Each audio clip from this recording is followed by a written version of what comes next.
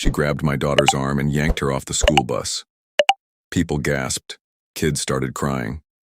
My little girl, 8 years old, in a leg brace after surgery, tumbled onto the sidewalk with a thud. And Karen? She just stood there, hands on hips, like she was proud of herself. "She doesn't belong here," she snapped. "This bus is for neighborhood kids only. Take her to whatever shelter you crawled out from." I froze for half a second, not because I was scared, but because I knew exactly what this woman had just done. I stepped forward, calm but slow. Every parent at the bus stop turned to look at me. I picked up my daughter gently, checking her brace. Her lip was trembling, her eyes were watering. She didn't cry, but I could see it. The confusion, the pain. Karen didn't flinch. "This community has rules," she barked. "No outsiders, no special needs cases slowing down our schedule." A man from down the block stepped in. "You just assaulted a child." Karen didn't even blink. "She was trespassing. I'm the HOA safety officer. I can remove anyone who's a risk." She actually believed that, believed she had power to drag a disabled child off a school bus in public. I looked around. No one moved. Everyone stunned. Then I said quietly, "Ma'am, you just made the worst mistake of your life." She rolled her eyes. "Oh, what are you going to do? Cry to the school board?" I stared at her. Let the silence hang. She didn't know who I was.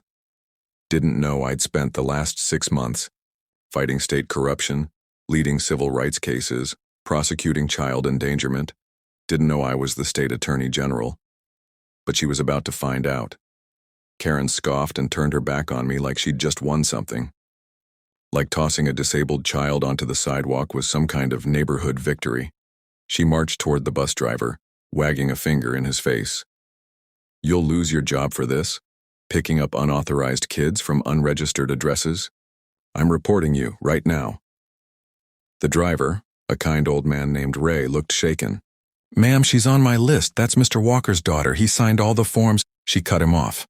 "I am the HOA. Your list means nothing." I bent down and helped my daughter stand. Her knee looked scraped. I could feel the anger building in my chest, slow and steady. But I kept my voice calm. "Sweetheart, go sit in the car," I said. "Daddy needs to take care of something." Karen wheeled around. "Excuse me? You can't leave. I'm not done." I pulled out my phone and opened my digital badge. A few curious parents stepped closer, squinting to see. "Ma'am," I said, "my name is Andrew Walker. I'm the Attorney General of the state. You just laid hands on a child with a medical disability, in front of 15 witnesses and a school employee." The shift in her face was immediate. Pale, frozen, lips twitching. She stammered, You can't just say that. Anyone can flash a badge on a phone." Without a word, I called the state office. "Yeah, it's Walker. Patch me to McDaniel at Child Safety. I've got an incident live." Karen's mouth opened, but nothing came out. "Hold on," I said into the phone, then turned to her. "You have 60 seconds to explain why you thought dragging my daughter off a public school bus without legal cause was acceptable." The color drained from her face. Then she tried to pivot. "It's not what it looks like. I was protecting the children. There's been suspicious activity in the neighborhood lately." That was her play? Paint my daughter as some kind of threat? "You just assaulted an 8-year-old girl," I said slowly. "And now you're accusing her of being a danger."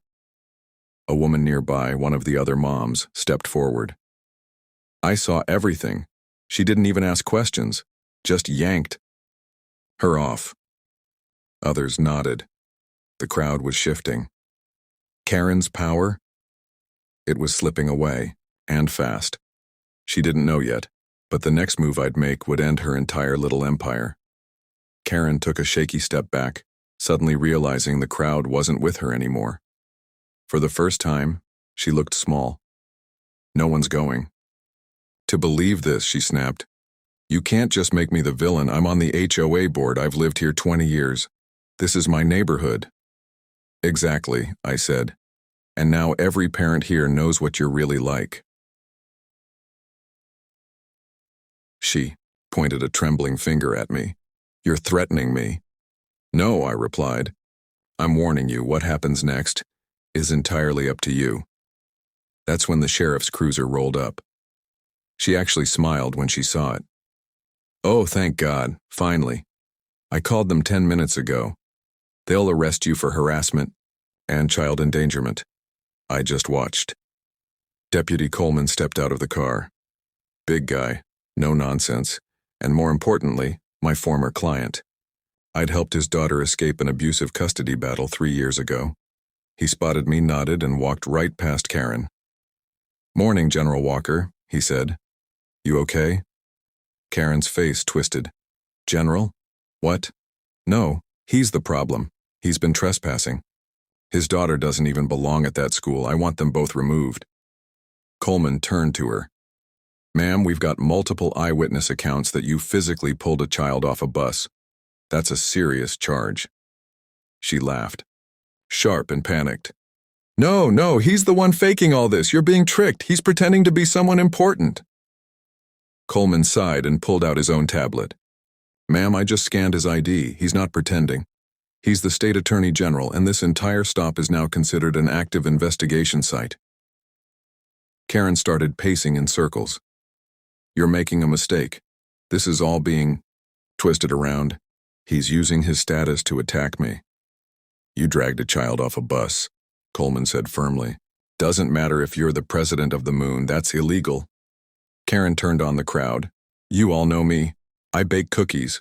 I run the annual Easter event. I fundraised for the community pool." Silence. Not a single neighbor spoke for her.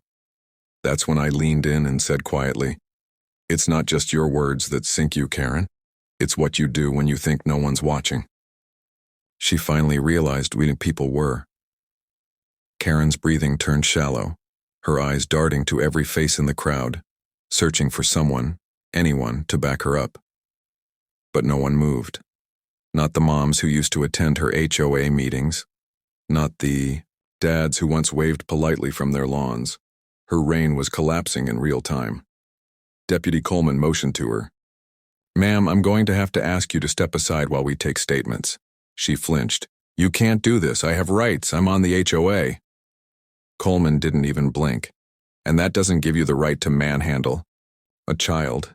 We'll figure out the rest at the station." I stood silent, arms crossed, watching her unravel. Then she did the thing I didn't expect. She snapped. "You're all turning against me," she shouted. "This entire neighborhood has gone to hell since he moved in. His kind don't care about rules. They just barge in and do whatever they want." A gasp rippled through the crowd. "Ray," the bus driver muttered. "Oh no." Karen looked around, chest heaving as if realizing what she'd just said out loud. Her mouth opened, then closed. But the damage was done. One of the moms, a black woman holding her son's hand, stepped forward. "You mean his kind, like families with jobs, education, and kids who need a safe place to grow up? That kind?" Karen stepped back like she'd been slapped. "I didn't mean it like that." But she had. Everyone knew it. I looked her dead in the eye. "This isn't about property lines or buses, it's about control. And you just exposed what's really behind it." Coleman radioed something quietly and another cruiser rolled up the block. Karen tried one last time. "I know people, important people. The HOA will back me up." I tilted my head. "Interesting, because the HOA president called me 2 days ago to ask for legal help. They've been trying to get you off the board for months." That one landed hard. She blinked fast. "What?" "The only reason you're still there is because nobody wanted to deal with the drama," I added. "Until now." Coleman nodded. "We'll be taking you in for questioning. You can explain everything down at the station." Karen's hands were trembling as the cuffs clicked. Not tight, just enough to remind her she wasn't in charge anymore. As Karen was led toward the cruiser, her voice cracked, no longer sharp, no longer smug. "Wait, you don't understand. This is all a misunderstanding. I didn't mean to hurt her." But no one was listening now. Not even the people who used to nod and smile at her monthly HOA rants about neighborhood purity and protecting the image of the community. The neighborhood kids stared from the bus windows, wide-eyed. One little girl whispered, "Is she going to jail?"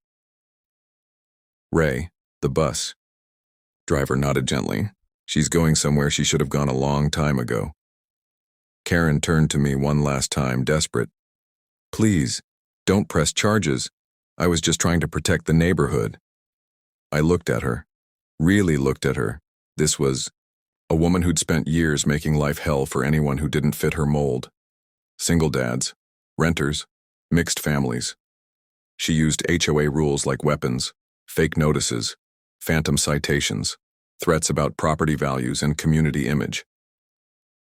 Now, she was the one begging. "I swore to uphold the law," I said quietly. "You broke it. On camera, in front of witnesses. That little girl you hurt? She trusts me to keep her safe. And I will." Karen's eyes welled up. For a moment, I saw fear. Real, human fear. But then she looked away, ashamed maybe, or just angry that her game was over. The cruiser door slammed shut behind her. One of the moms let out a slow breath. "I never thought I'd see the day. She's been terrorizing this street for years." Another neighbor added, "She once fined me for having holiday lights up a day too long." I smiled faintly, but my focus was on my daughter, now sitting in the car with the door open, clutching her stuffed bunny. She looked up at me, eyes full of questions. I walked over and crouched down. "You okay, baby?" She nodded slowly. "Is the mean lady gone?" "She won't bother you again," I said. "I promise." And I meant it. Because I wasn't just her dad today. I was the one person who could finally hold people like Karen accountable. By the next morning, the video was everywhere. Someone had filmed the entire incident, from the moment Karen grabbed my daughter to the second the cuffs clicked shut. It hit the local news by noon. By sunset, it was trending nationwide. HOA woman assaults disabled child. Didn't know dad was state attorney general. News vans lined the street. Karen's house, once perfectly trimmed and obsessively neat, had its shutters closed tight. Her HOA cronies, silent. Not a single statement, not a single defense. Because deep down, they all knew. Emails flooded my office. Some angry, but most filled with thanks. Parents from other states, veterans, disabled families, immigrants. People who had faced the same kind of quiet bullying behind gates and fake rules. But then came the second twist. Late that evening, I got a call from the state auditor's office. "Andrew," the voice said, "you're going to want to see this. We pulled her HOA files. Something didn't sit right with us." Turns out Karen wasn't just aggressive, she was criminal. Thousands in misappropriated HOA funds, fake repair invoices, security fees paid to companies that didn't exist.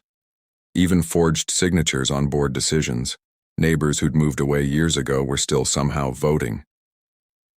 She'd turned the HOA into her own little empire, using fear and paperwork to build power. And no one challenged her because she looked official, but not anymore. By Friday, she was hit with 8 felony charges, including assault, embezzlement, and impersonation of a public officer. The community was stunned, not because she was guilty, but because they had let her get that far. And that's when people really started talking. A neighborhood meeting was called, without her. I attended quietly, in the back row, holding my daughter's hand. They passed a motion to dissolve the current HOA board and start over from scratch. New rules, new leadership, real transparency. One of the dads turned to me afterward. "You didn't just protect your daughter," he said. "You gave the rest of us the courage to speak up." I didn't know what to say, because I hadn't planned to be anyone's hero. I just did what any father would. If that father also happened to write the laws Karen thought she could break. A week later, things felt different. No more nasty notes taped to doors, no random citations about lawn height or unapproved mailbox colors. Kids rode their bikes without being glared at. Neighbors waved without tension behind their smiles. Karen's house sat quiet, its for sale sign planted awkwardly in the front yard like a monument to everything fake she'd built. She was out on bail, but she wasn't coming back, not here. Not after the community saw the truth. But the biggest change was at the bus stop, the same place where everything had exploded. Ray still pulled up like always, doors hissing open, greeting every kid by name. But now parents stood a little closer. There was more talking, more watching out for one another. It didn't feel like a HOA-run street anymore, it felt like a neighborhood. That morning as I walked my daughter to the stop, she looked up at me and asked, "Daddy, are bad people always loud like her?" I thought about it. "Not always," I said. "Sometimes they hide behind rules or smiles, but sooner or later they show you who they really are." She nodded, gripping my hand tighter. A mom nearby, one Karen used to target for parking slightly over the line, smiled and waved. She mouthed, "Thank you." I gave a small nod. It wasn't about thanks. It was about making sure no one else had to go through what my daughter did. And as the bus pulled away, my daughter waving from the window, I looked around the street and realized something. It didn't matter how powerful someone thought they were, or how many fake rules they threw around, because the moment people stopped being afraid, that power vanished. And Karen? She wasn't a queen anymore. She was just a headline. A month later, the courtroom was packed. Karen stood at the defense table, hair pulled tight, face pale under the harsh lights. The same woman who once marched through the neighborhood like she owned every blade of grass, now looked like she didn't even belong in the room.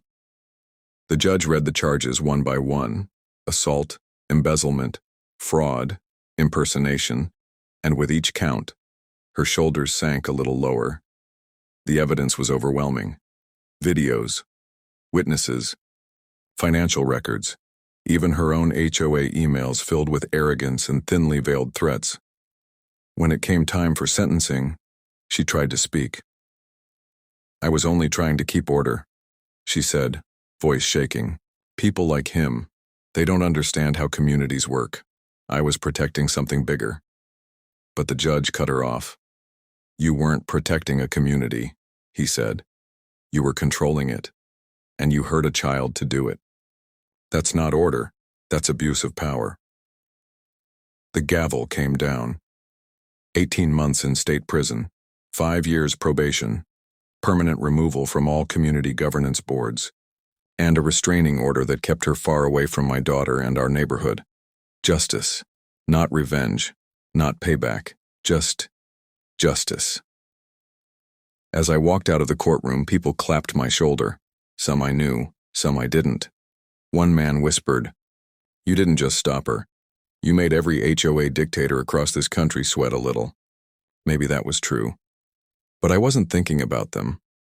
I was thinking about my daughter, how she slept better now, how she smiled more, how she no longer asked if the mean lady would be waiting at the bus stop. Later that night, as we sat on the porch watching fireflies blink in the yard, she curled up beside me and said, "Daddy, you made the bad go away." I kissed the top of her head. "No, sweetie, we did." Because that's what real strength looks like. Not screaming in someone's face, not fake authority or power plays, but standing up, quietly, firmly, when it matters most. Even if the world doesn't know who you are, yet.